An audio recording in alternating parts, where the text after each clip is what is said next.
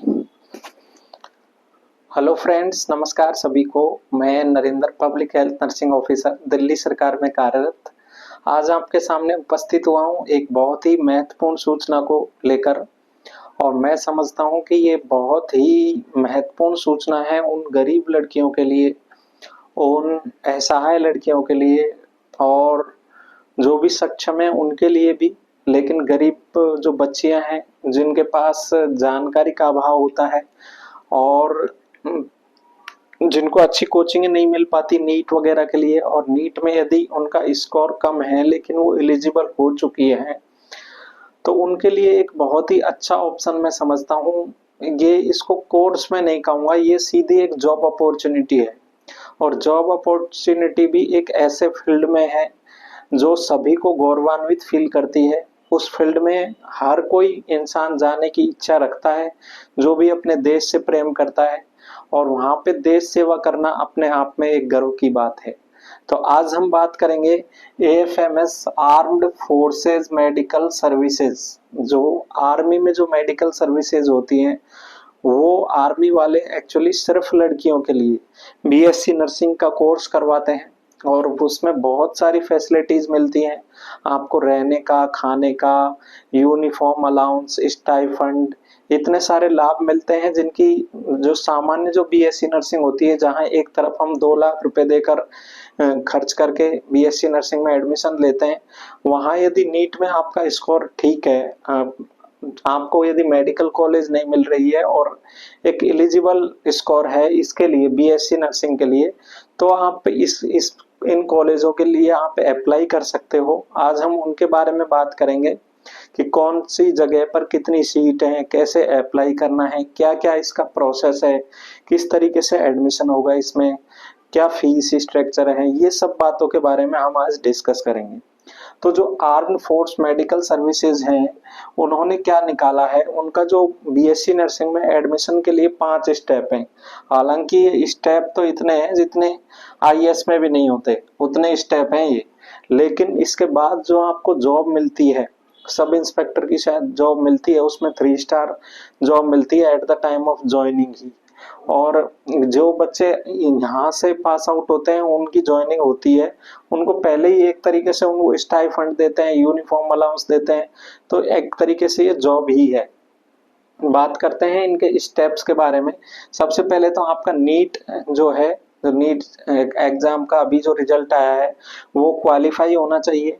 और उसका जो उसके बाद ये एक वेबसाइट है www.joinindianarmy.nic.in। इस पे आप अपना रजिस्ट्रेशन करके और आप फॉर्म फिलअप करोगे तो आपको इनकी तरफ से आपकी मेल आईडी पर, मोबाइल नंबर पर आपको शॉर्ट लिस्टेड कैंडिडेट्स को मेल आता है कि आप नीट के स्कोर पे आप शॉर्ट लिस्ट हो चुके हो। उसके बाद की ये स्टेप्स हैं। उसके बाद एक ये जनरल इंटेलिजेंस और जनरल इंग्लिश का टेस्ट लेते हैं। उसमें क्या करते हैं कि 40 क्वेश्चन आते हैं। 40 क्वेश्चन, एक क्वेश्चन 2 मार्क्स का होता है, उसमें नेगेटिव मार्किंग भी होती है 0.5 मार्क्स। तो मतलब 1/4 नेगेटिव है, 4 क्वेश्चन गलत हो गए तो एक सही क्वेश्चन आपका गलत हो जाएगा।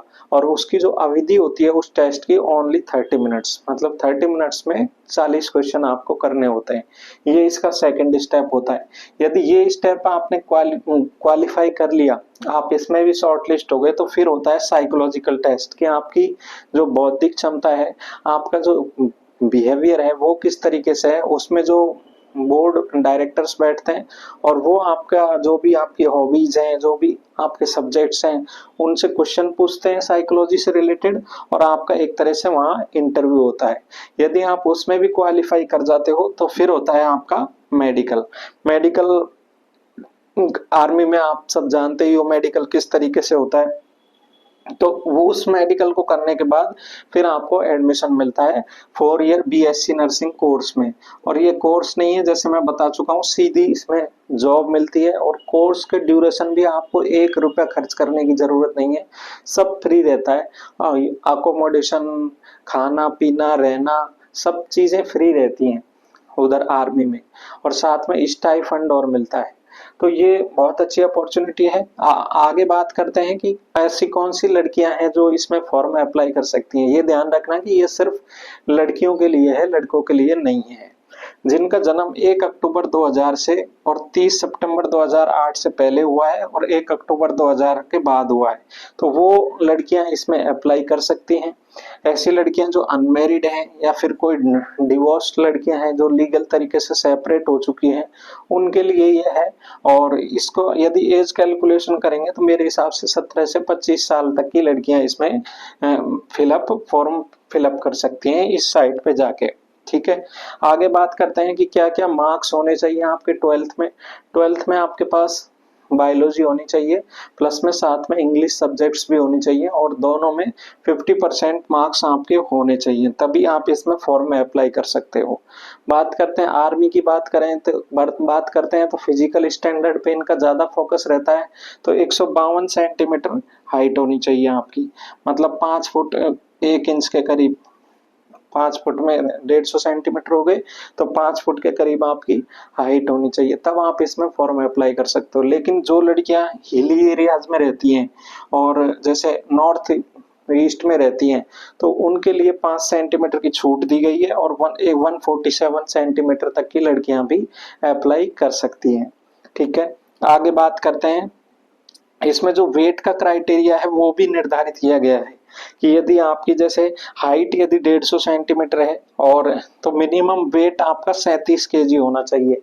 यदि आपका 20 साल से बिलो है तो 46, मतलब 20 साल से बिलो कोई लड़की है जैसे 17 से 20 साल तक है तो उसका मैक्सिमम वेट 46 किलो होना चाहिए, मिनिमम वेट 37 से कम नहीं होना चाहिए। यदि 20 से 25 साल की है तो वो 48 केजी वेट होना चाहिए। यदि अबव 25 है तो ये 50 केजी वेट होना चाहिए। हालांकि अबव 25 का इसमें प्रोविजन नहीं है, लेकिन शायद SC ST के लिए कोई छूट मिलती हो तो उनके लिए ये बताया गया है कि यदि कोई अबव 25 लड़की है, अबव 25 ईयर्स लड़की है, तो उसके लिए ये वेट होना चाहिए।